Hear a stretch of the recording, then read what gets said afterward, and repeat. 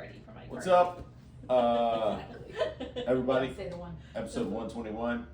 I am not like Freddie from iCarly, although I do like that show. I watch it with my daughters. Episode 121, we're wrapping up the second section of The Culture Code by Daniel Coyle. It's all about vulnerability. It's a really good section. I think it builds really good on top of the first section, which was about safety. So make sure you guys pick up this book. Thanks for watching, and hopefully the video doesn't run out. Episode 121. Hopefully. Are y'all ready? You ready? Ready as all You're ready. ready. Huh? Is it what? I had chili last night. Okay, That's we good. don't need a description. Whatever. Ready?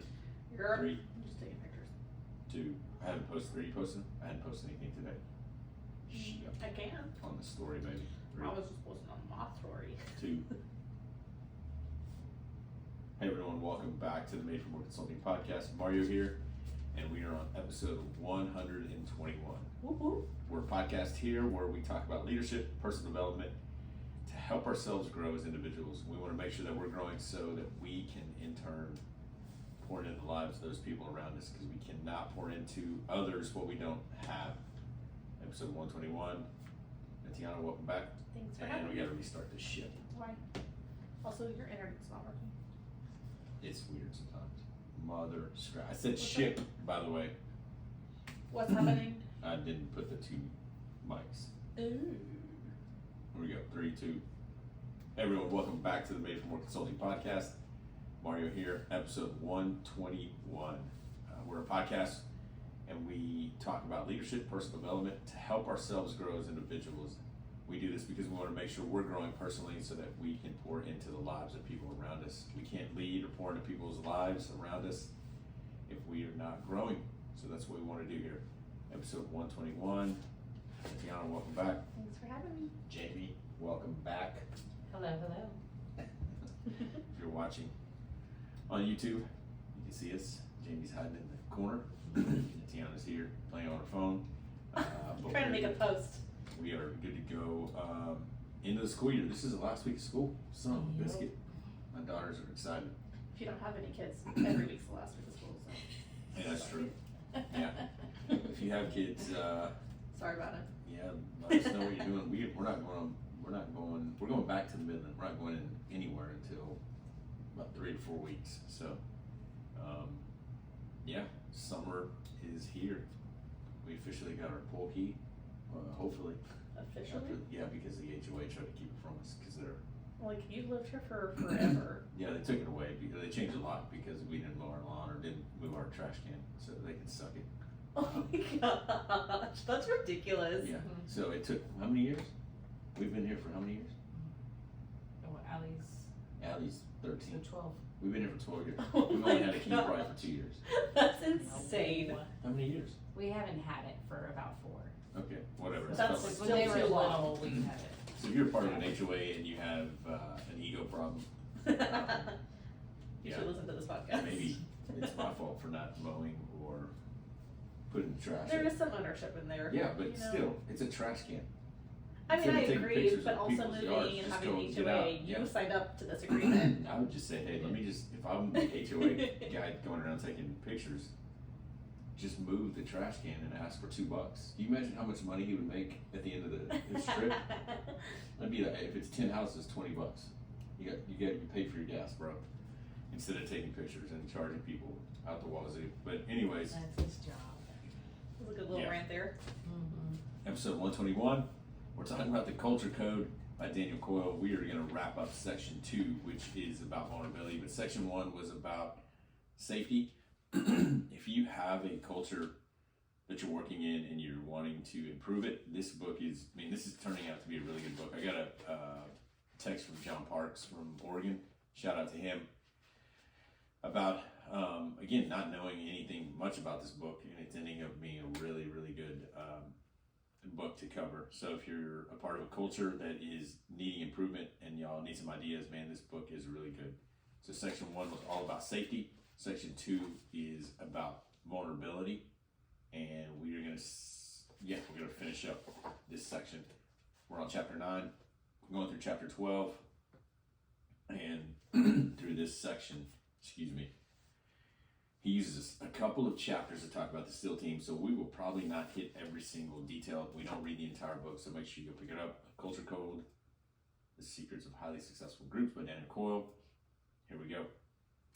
Chapter 9, The Super Cooperators. And we're not going to go into every detail, but this chapter, he discusses the Navy SEALs training, also known as BUDS. Most people have heard about this, and if you haven't, well, most people have heard about it because they go and search Hell Week, and they've heard that people don't sleep for a week, and we've had I've had a friend, one of my really good friends, go through it. And this chapter, he discusses about the man who started that SEAL training, how he was not the biggest, wasn't the fastest. He was a rebel, and again, how he started. It's all in the book. But the main idea I want to discuss is why this training creates some of the best teams in the world, some of the best fighters in the world, warriors in the world. And it goes down. It comes up to two words: vulnerability and interconnectedness. And Okay. those are the two things. Yeah, when I was reading your notes, I was like, is that a word? And I actually saw it as a book, and I was like, oh, okay. I think when I typed it, I didn't think it was. But I think that when he used it, I was like, I think there's been a couple of books where they use their own words, and I'm like, well, whatever. The dictionary doesn't say it's a word, but we're going to use it. Yeah. But yeah, no matter what you're doing at BUDS, it's going to hurt. It's going to be strenuous. It's going to be cold. It's going to be tough. It's going to be challenging. I was listening to David Goggins' book yesterday. It's not that I'm not a big fan of his. I just have never followed him. And one of my buddies told me to read his book, You Can't Hurt Me, and it's about his life. And he talks about BUDS being on the verge of hypothermia, having sand in every possible place in your body. They put it up your nostrils and your mouth so you can't breathe. They call you a sugar cookie. They call it getting wet and sandy. He said you're rashed up, and right when you think you're going to be done, they tell you to go get in the water again. He said it's freezing. So that's what BUDS is. You're going through obstacle courses. You're going through all kinds of training. But one of the things, the reason he's discussing in this book, being in the section of vulnerability, is he says you have to be vulnerable enough to let men around you know that you can do it together, but it's going to only be done through connection.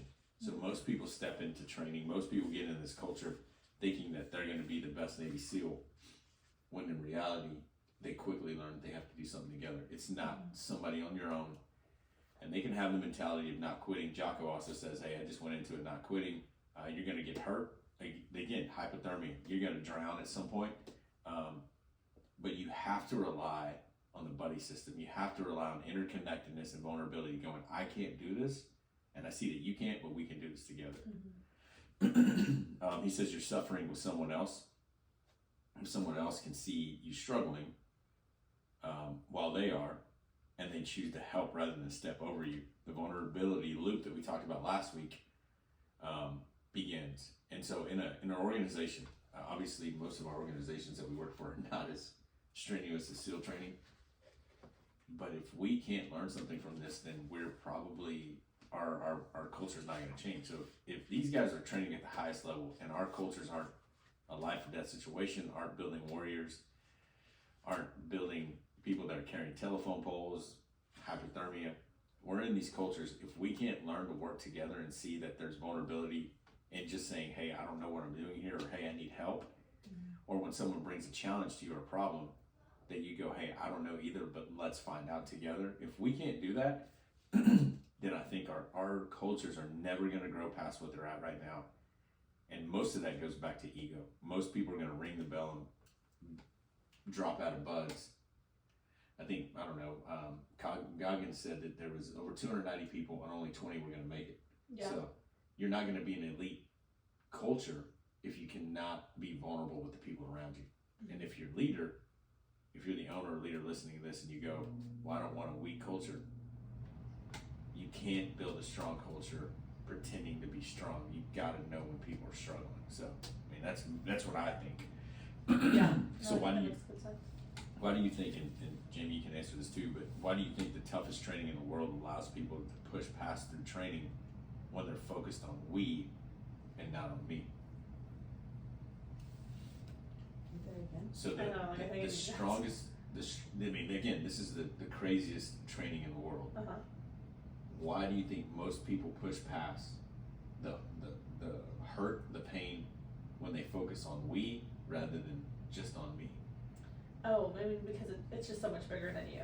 And I think they talked about it too, how like when you have more people kind of suffering together, you can initiate that like balance. So it's not just like the weight of the world is on you now, right? So when some person needs a break, they talk about it during your log PT, right? I think I had it somewhere. But basically you can feel like when one person moves just the tiniest bit, all of the other people feel that while you're holding this log. And so they adjust themselves so that everybody's taking on more pain and suffering while that person gets to rest for a second. Whereas like if it's just you by yourself, like you have no help. Like you're either suffering or you're quitting.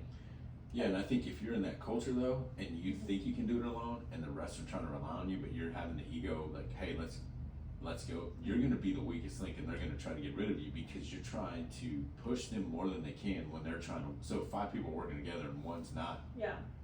they're going to go, hey, bro, either fall in line because you're making it harder on us, or you're going to make us all fail. Yeah, he says on 121, he says you can focus on yourself or you can focus on the team and the task. I love it because again, team, right? Team. If we're talking about culture, that's what we're getting at. Mm-hmm. So if you think back to wherever we're working right now, wherever you're working at, and you're listening to this, how can you help those around you? And I'm not saying slow down the process, but pull them up with you to go, hey, what is it that you don't understand? How can I catch you up? Yeah, he just says there's a point in this chapter that he says something that I continue to believe, that I believe in. I know Jocko says it multiple times. If you want to pull a team together, if you want to see what a team's made out of, or a group of individuals, have them walk through difficult times together. Mm-hmm. He says it all the time. If you want a team to pull together, or you want to see what a team's made out of, and if they have an ego problem, he says put them through strenuous things. And I think that happens to all of us. If your budget's running short, if too many people quit in a week and you're having to pull together, you're gonna find it. Again, I continue to believe this too, is tough times are not going to create, they're not gonna create who you wanna be. It's gonna show who you are. You come out of that knowing, I need to be better. But if you think that adversity is gonna produce something in you, it's gonna produce it in the end, but it's gonna show who you are right then and there. Because if you panic, if you lose your cool, if you do whatever, it's showing who you are right there. Mm-hmm. So it's too late to produce what you need once adversity hits. I think you go into going, what do I know? What do I need to know?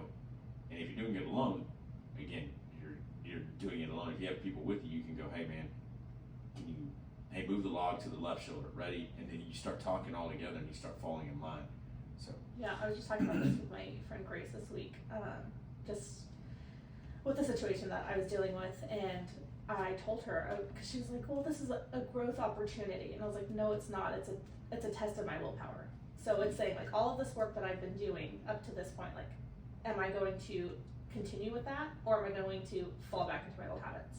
I said, because that's all it is, like, this is just a test. Like, can I say no, or can I say yes? Like, what is it gonna be?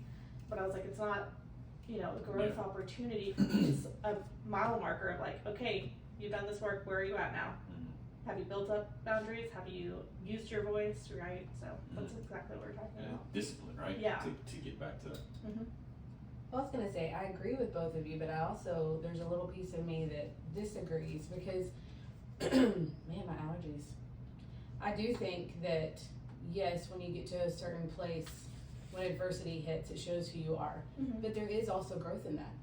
Because if what you recognize in that moment is not who you need to be, or you see around you that crap, I'm the weak link, I'm the one pulling people down, Mm-hmm. then if you make the choice in that moment to grow from that, That's true. then it does have an effect on your future.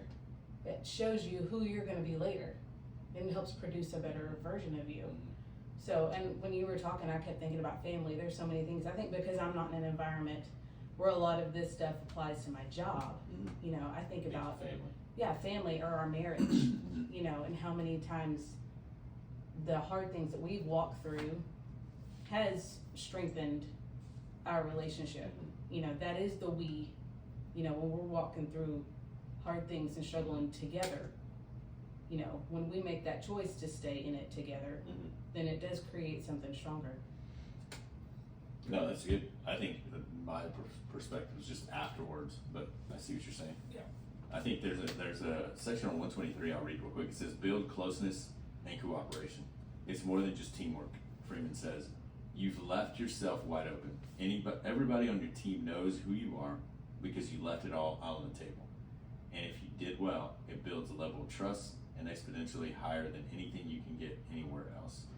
So I think that to sum up the chapter, there was a statement that he used, and I quoted it. It's quote, we all depend on each other, and that's it. I think if we're in a culture at work, if we're in a culture at home and you can't depend on each other, I told someone this week, he called me and I was like, man, if you and your culture cannot, if you're constantly watching your own back, that's not team. And you're on the team, but you're having to watch your own back. That's not okay. You gotta get in there and speak the truth about we have to have each other's back.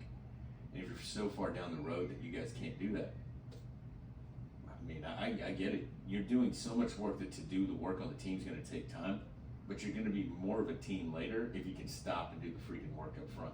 Yeah. And so that's tough though. No, it is. I think another good example of that was actually on the previous page, where he talked about how like they do all of the timed performances, right? Yeah. So like running is like on a strict time, but they said instructors have been known to bend those standards for runners who slow down in order to help others because they value the willingness of one person taking a risk for the sake of the team. So then they talked about that, how every evolution is like an opportunity to see like where teamwork builds up. He said, we believe that if you stitch together a lot of opportunities, you start to know who the good teammates will be. And that's exactly what it is.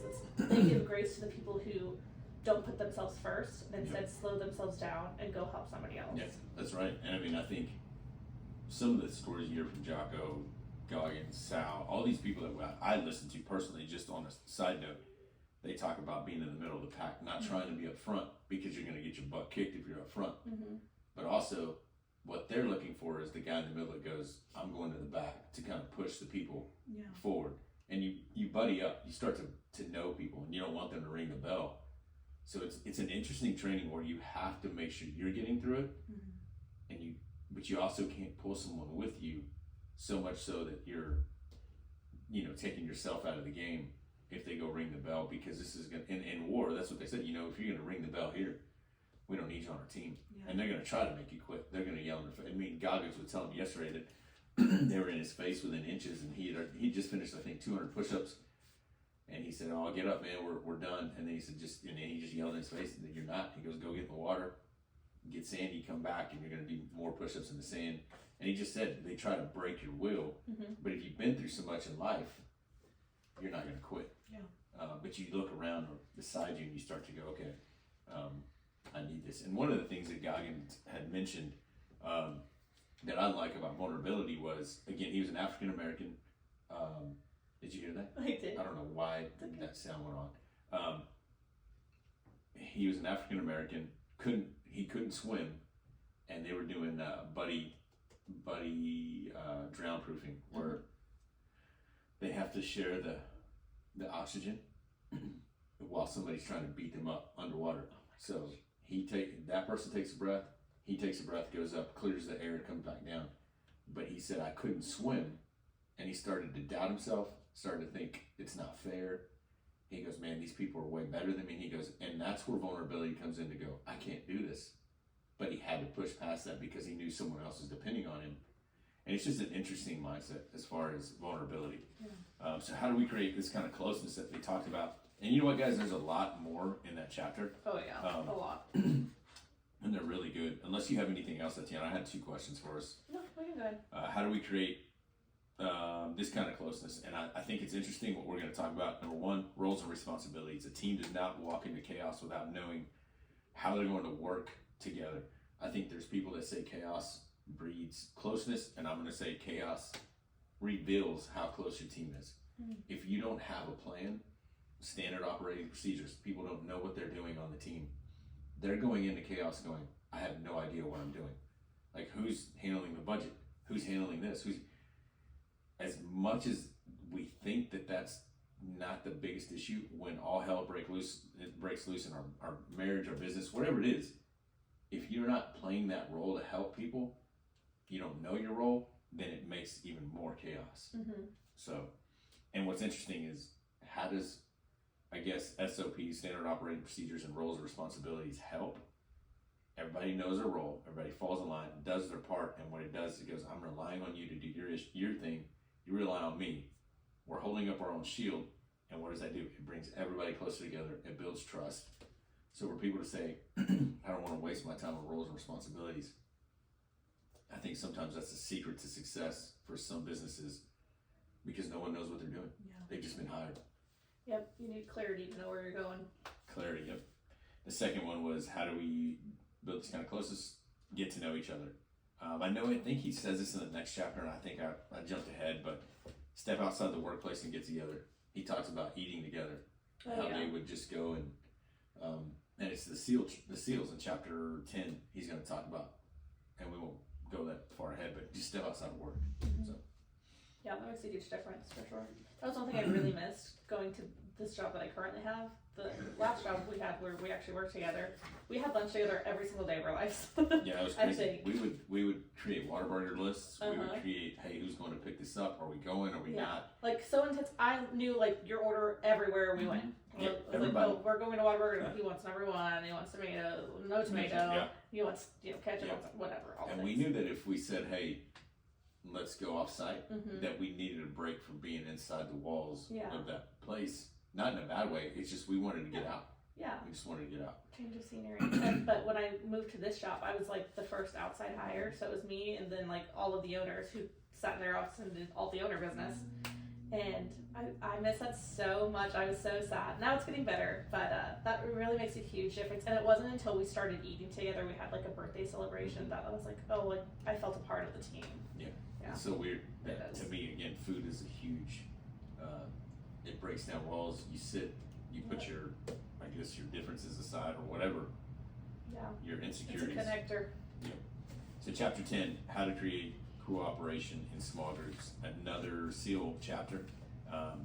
Basically, he's going to zone in on SEAL Team 6 and the operation to take out Osama bin Laden. If you, I was going to say, I should have made the note. If you haven't heard Sean Ryan's show, there's a podcast called The Sean Ryan Show, and he goes with the guy that actually shot Osama bin Laden. He walks through the entire raid, talks about the downed helicopter, and anyways, We can put that in the show notes. we can put that in the show notes. Yeah, The Sean Ryan Show if you're listening. But this man, again, this guy was not I guess this was the guy.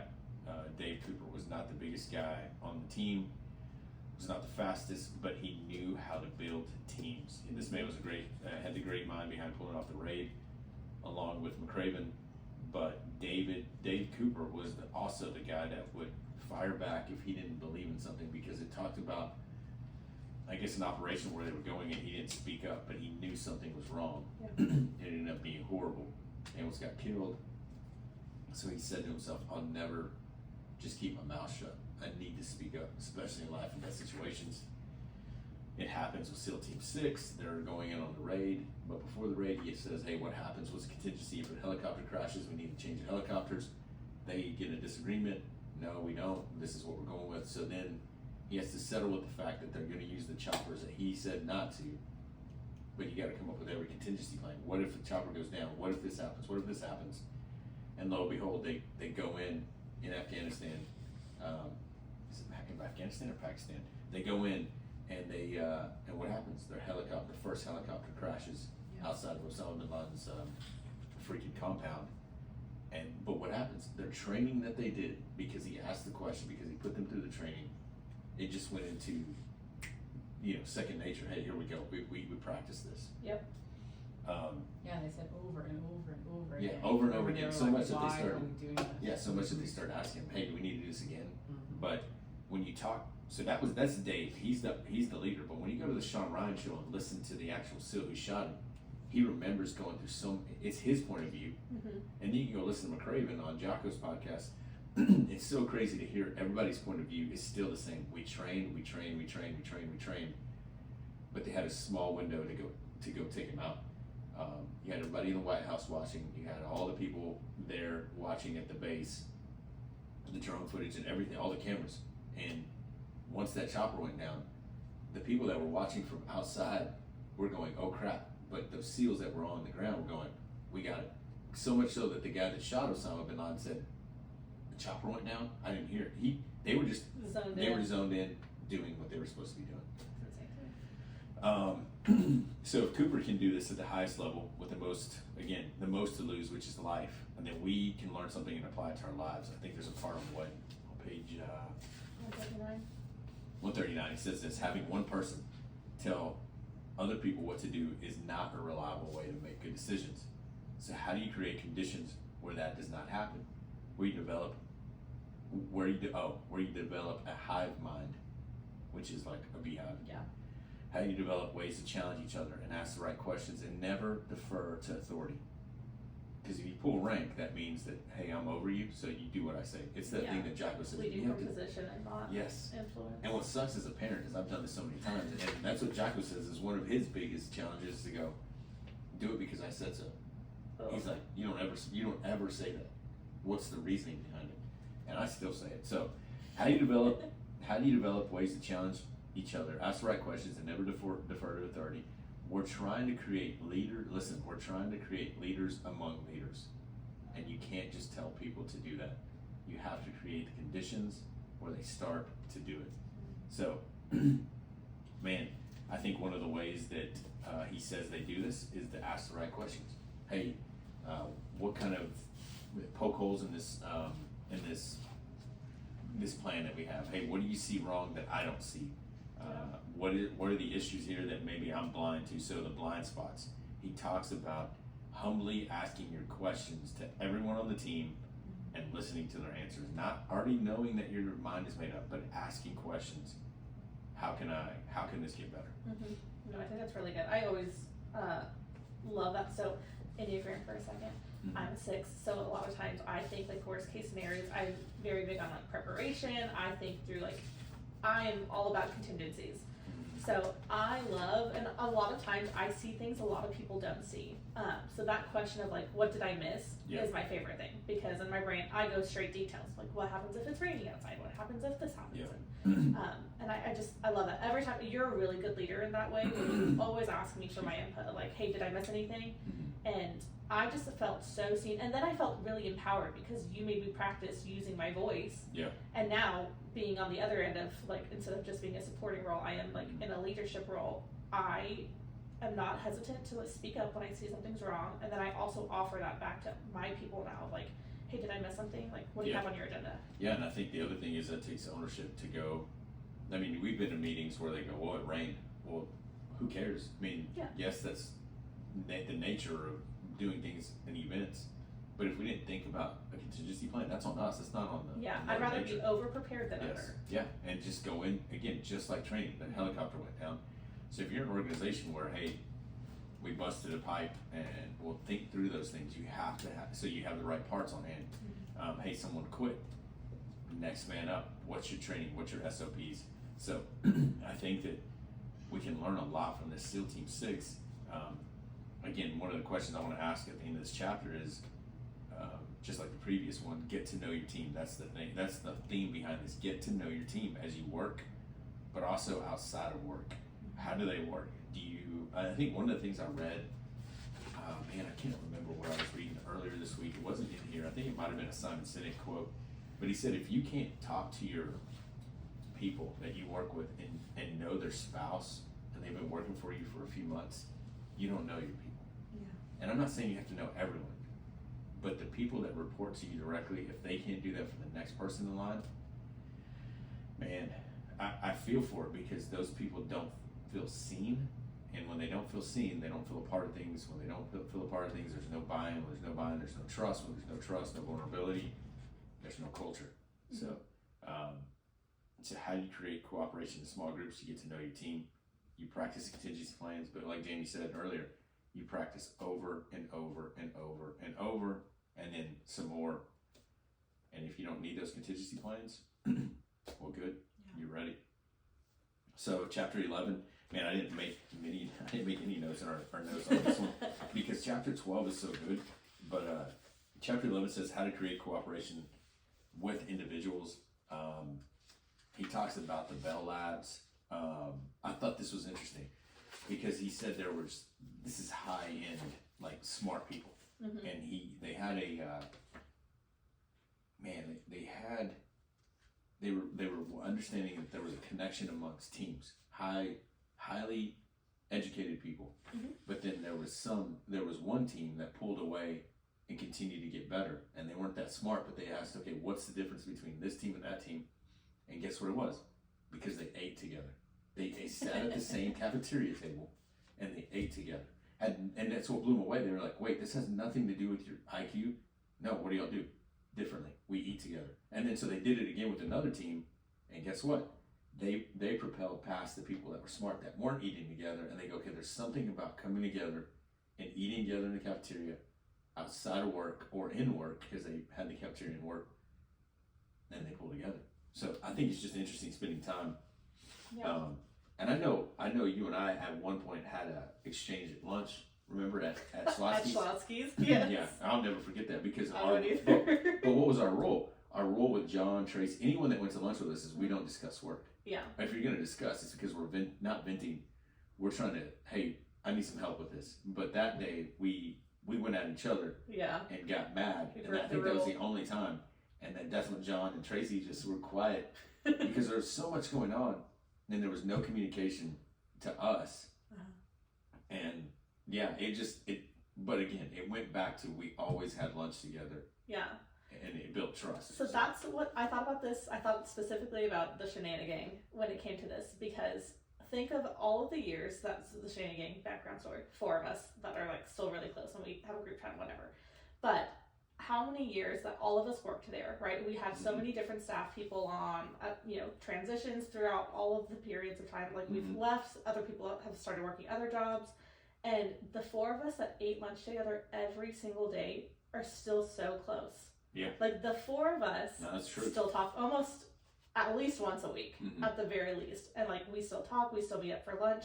And it's just like we are sitting there at that table still.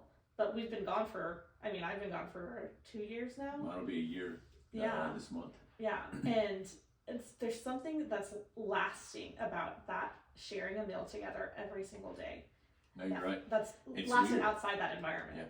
Yeah. And to me, I don't know. I'm trying to think in the family realm too, is like, there's something about all of us sitting down. For us, we don't even eat around the table. We get around the coffee table. We have Whataburger and we're watching Outer Banks, something that my daughter wants to watch, or we're watching Nailed It. But it's funny because we're all eating together.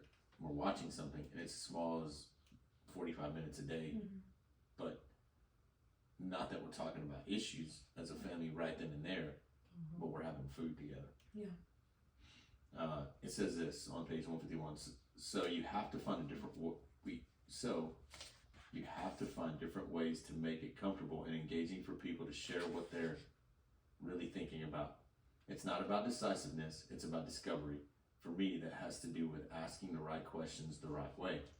And one of the biggest tools, he says this later, one of the biggest tools in her toolbox is time. She'll spend so much time being patient and continuing to have conversations and making sure the conversations are progressing in a good direction. He talks about body language. He talks about the way you listen to people.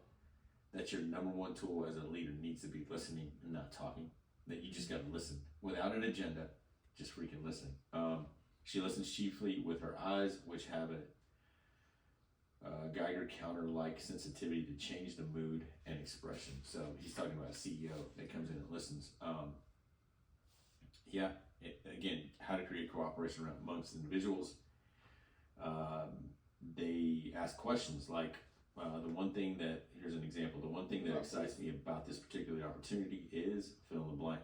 So if you're a part of an organization and you want to get a gauge on how people feel about a recipe, about a new project, ask, here's 3 questions. The one thing that excites me about this opportunity is, and let them fill in the blank. This next question is my secret weapon to building vulnerability with my teams too. So the next question is, I confess the one thing I'm not so excited about with this particular opportunity is blank. So I do it the reverse way, where I say like, hey, is there anything like, how do you feel about this, right? Are you excited? What are you excited about? And like, what don't you love about this project? And then that's the part, whenever they tell me like, oh, it takes a really long time, the stitch out's an hour, 10 minutes. And then I say, oh, like, how can I help you with that? Yeah, that's good. And immediately, like, you see the tension just like resolve. Because they're not in it by themselves, right? Mm-hmm. And then the third question is, on this project, I'd really like to get better at fill in the blank. So they have less to do with design than with connecting to deeper emotions, fear, ambitions, and motivations. Those questions do.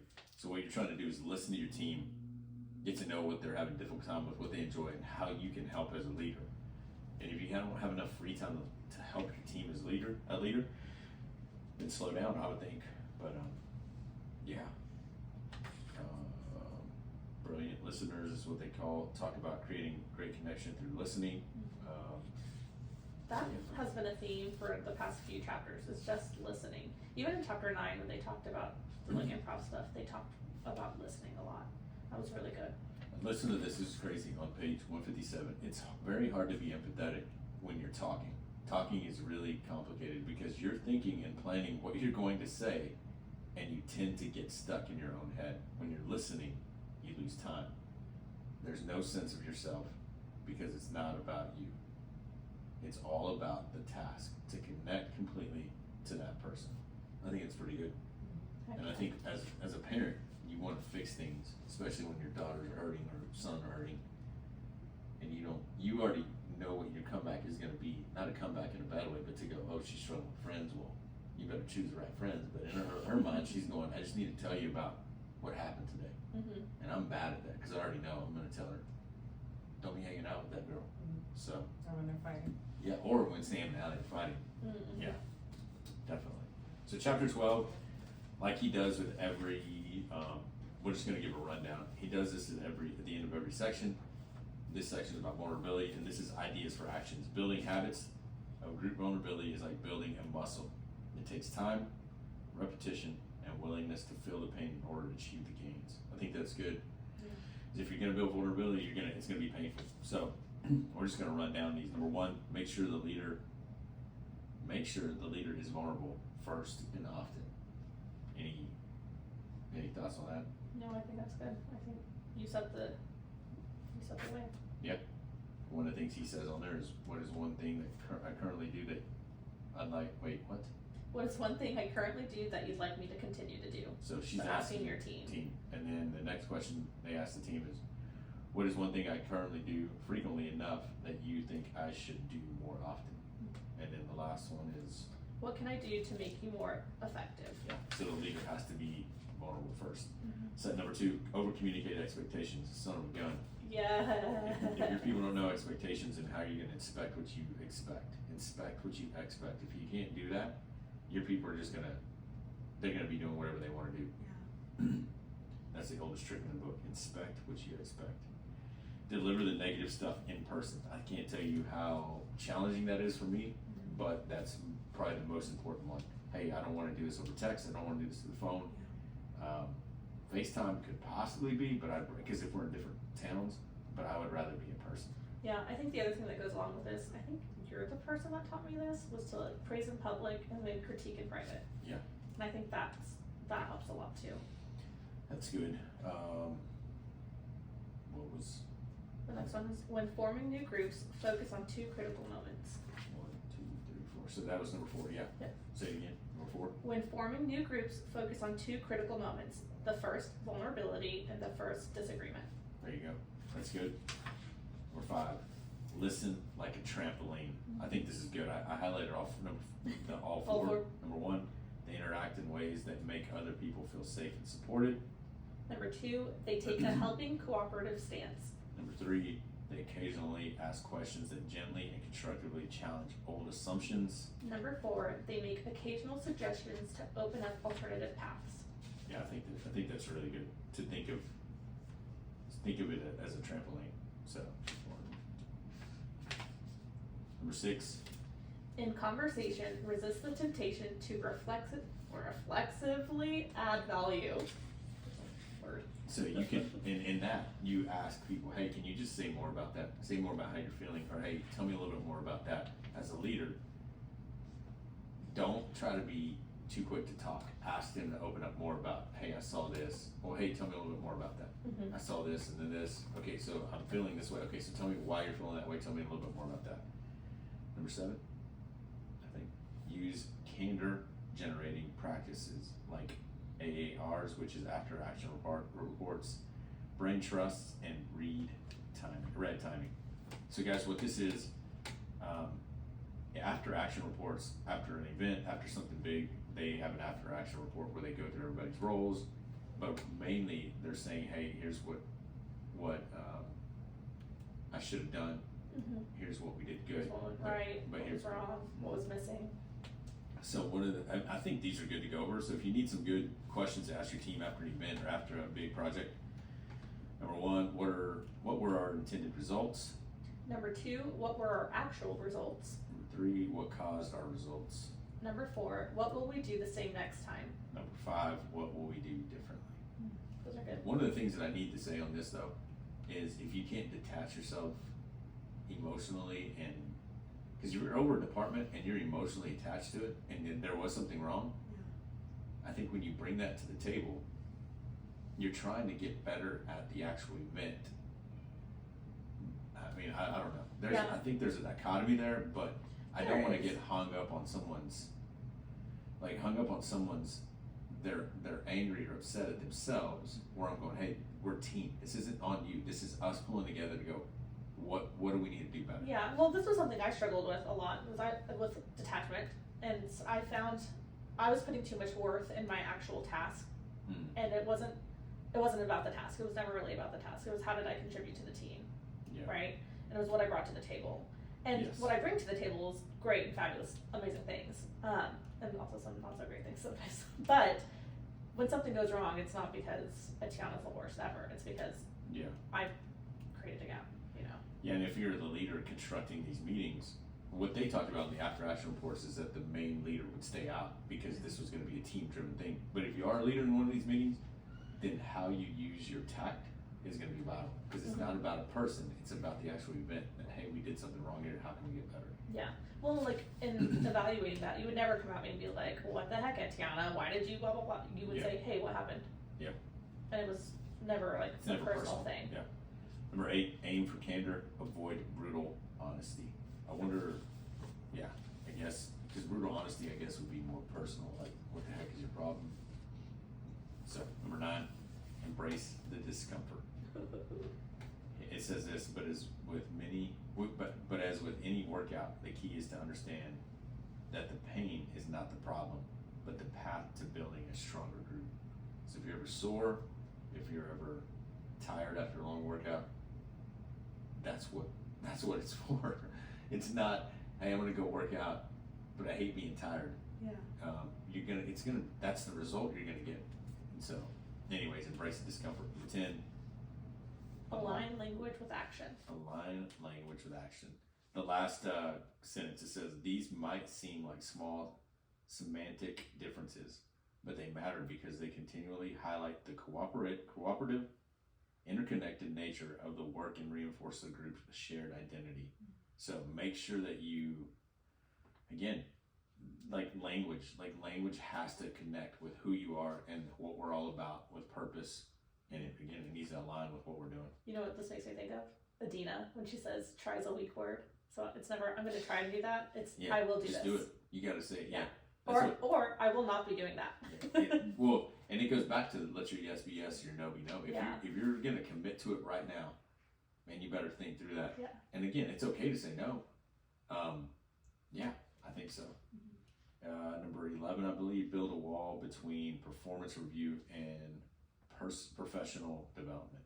I think this is really good because if we're going to have a performance review, I want to focus on your review for how you're doing. Mm-hmm. But then have a later meeting to go, hey, here's how we're going to develop people in our organization, and we're going to have a one-on-one, and we're going to talk about developing this role. How can you help me develop this role to be better? I think those two things need to be separate because if I'm focusing on a performance review, I'm asking someone to sit with me and think through, this is how I've been doing work, and they're going to grade me on this. Yeah.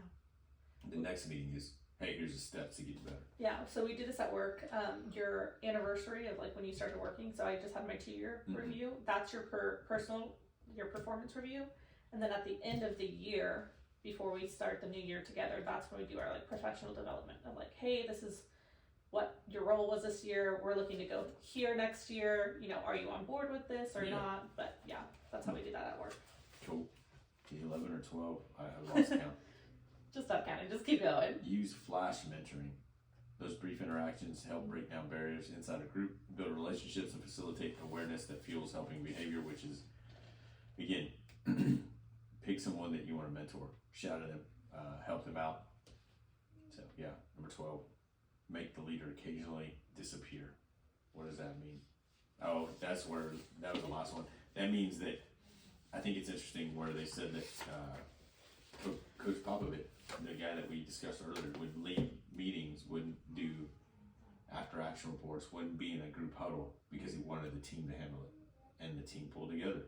They were the ones on the court, so let them come up with the plan rather than the coach coming in and telling him, hey, here's what I see. He wanted to see, do you see what's going on? So, man, that's good. I think that section, I think the reason I like this book is because it started with safety, building safety on the team. Then it goes to vulnerability. And those two things, I think, matter to me because I see what it does in the workplace at a real level of we can sit and have a difficult conversation, but then knowing that I trust that person, they trust me, and I know they're having a bad day maybe sometimes, but we can go, we're on the same page. Like, I'm not going to leave because we had a difficult conversation. Yeah. Because it's trust.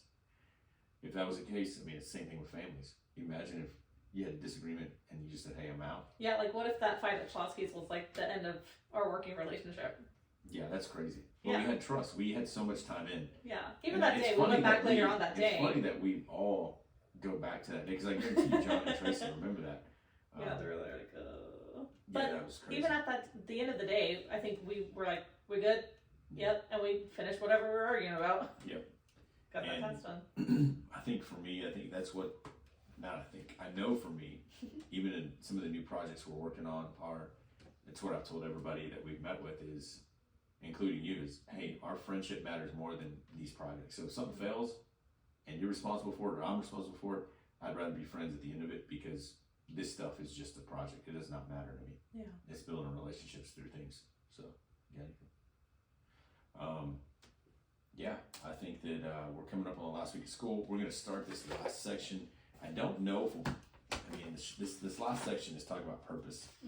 And I thought that it's interesting building a culture, a working culture, organizational culture. The last thing he talks about is purpose, because I think trust or safety and vulnerability is what the foundation of any organization needs to be to build a good culture, to be successful, highly successful. So next week, I would love to wrap this book up. Okay.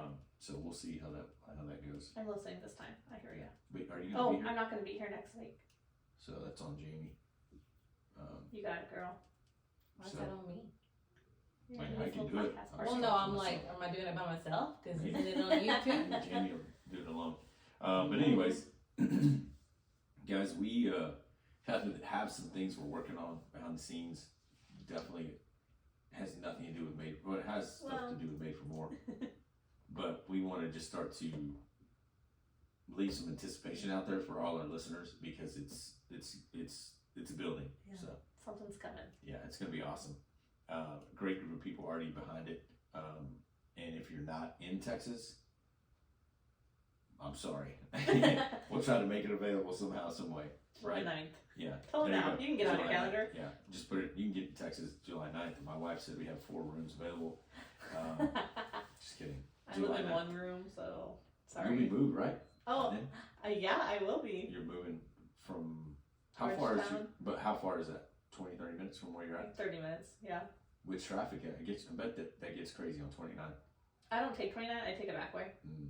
Because it gets crazy on 29. Yeah, that's crazy. Yeah, I was at the Georgetown courthouse the other day, and it said it was going to take 47 minutes to get home. I'm like, that's usually just 20 minutes. Bro, that was my issue this morning. That's crazy. Where I was like, I'm really late. I'm not going to be here on time. Sorry. And those of you that aren't listening, oh man, it's on my phone. Okay. But the top 10 places, the top 15 or 10 fastest growing cities in the United States, Jeez. Leander's tied for third, Uh-huh. and the other two are number one's Georgetown. Mm-hmm. I think, Liberty Hill's up there. yeah. So these are where we live right now. In the top 5, we have 4 of them. Yep. It's crazy. And Austin moved down Feel it. because of how much it costs. Yeah. So New Braunfels and Kyle are on there as well. But anyways, guys, we appreciate you guys listening. Go buy this book, The Culture Code. Daniel does a really good job explaining this. And remember, we exist for more. We're here to offer more. Don't ever give up. Every single one of us is made for more. Later. Bye. You too. You too. Let's see if it ran out or my phone died. Nope. Hope you guys have a great rest of the week. I'll talk to you later. Bye. Say bye-bye. Bye.